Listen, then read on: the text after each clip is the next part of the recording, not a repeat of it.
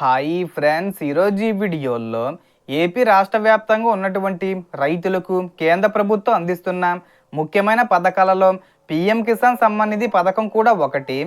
ఇప్పుడు 24వ విడత కోసం రైతులు ఎదురు చూస్తున్నారు. ఈ డబ్బులు రావాలంటే మీరు 3 పనులు చేయాల్సి ఉంటుంది. అలాగే ఈ అర్హతలు కూడా ఉండాలి. సో ఆ 3 పనులు ఏంటి, ఆ అర్హతలు ఏంటో ఈ వీడియోలో తెలుసుకుందాం.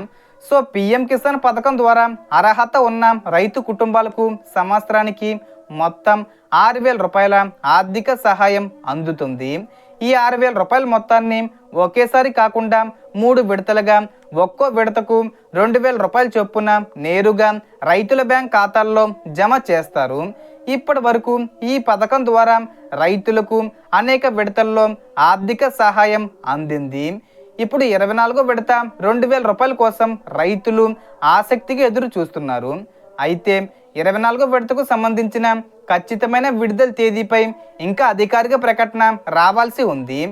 ఆగస్టు 31వ తేదీ లోపైన లేదా సెప్టెంబర్ 10వ తేదీ వచ్చే ముందు తేదీల్లో అయినా ఏదో ఒక తేదీన 2,000 రూపాయలు విడుదల చేసే అవకాశం ఉందనే అంచనాలు వినిపిస్తున్నాయి. ఎందుకంటే కేంద్ర ప్రభుత్వం అప్పటికప్పుడు సడన్గా అనౌన్స్ చేస్తూ ఉంటుంది. అందుకే ఇంకా పక్కాగా డేట్ అనేది ఫిక్స్ చేయాల్సి ఉంది. ఇక 24వ విడత డబ్బులు మీ ఖాతాల్లో జమ కావాలంటే కొన్ని ముఖ్యమైన విషయాలు సరిగ్గా ఉండాలి. అందులో ముఖ్యంగా 3 పన్నులను రైతులు తప్పకుండా చెక్ చేసుకోవాలి.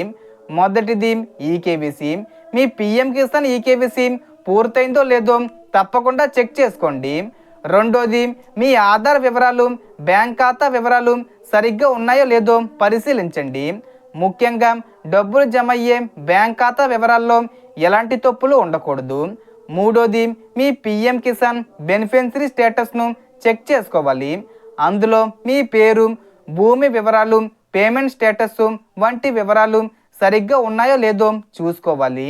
ఇక ఈ పథకానికి ఎవరు అర్హులు అనే విషయానికి వస్తే ప్రధానంగా అర్హత ఉన్న భూమి కలిగిన రైతు కుటుంబాలకు పిఎం కిసాన్ ప్రయోజనం అందుతుంది. రైతు కుటుంబం అంటే భర్త, భార్య మరియు మైనర్ పిల్లలను కలిపి పరిగణిస్తారు.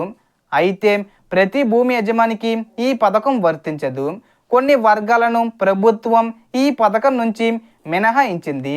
కొన్ని రాజ్యాంగ పదవుల్లో ఉన్నవారు, నిర్దిష్ట ప్రభుత్వ ఉద్యోగులు, ఆదాయ పన్ను చెల్లించే కొన్ని వ్యక్తులు, నిర్దిష్ట స్థాయికి పైగా పెన్షన్ పొందే రిటైర్డ్ ఉద్యోగులు, అలాగే doctor, engineer, lawyer, chartered accountant, architect వంటి కొన్ని ప్రొఫెషన్స్ మినహాయింపు జాబితాలో ఉంటారు. సో దీనికి సంబంధించి ఏ చిన్న ఇన్ఫర్మేషన్ వచ్చినా నేను వీడియో చేసి పోస్ట్ చేస్తాను. ఆ యొక్క అప్డేట్స్ మీరు మిస్ కాకుండా ఉండాలంటే వెంటనే మన ఛానల్ని సబ్స్క్రైబ్ చేసుకోండి. సో మనకు వచ్చిన ఇన్ఫర్మేషన్ ఇది ఫ్రెండ్స్. మీకు ఈ వీడియో నచ్చితే లైక్ చేయండి, షేర్ చేయండి అండ్ సబ్స్క్రైబ్ చేసుకోండి. Thanks for watching.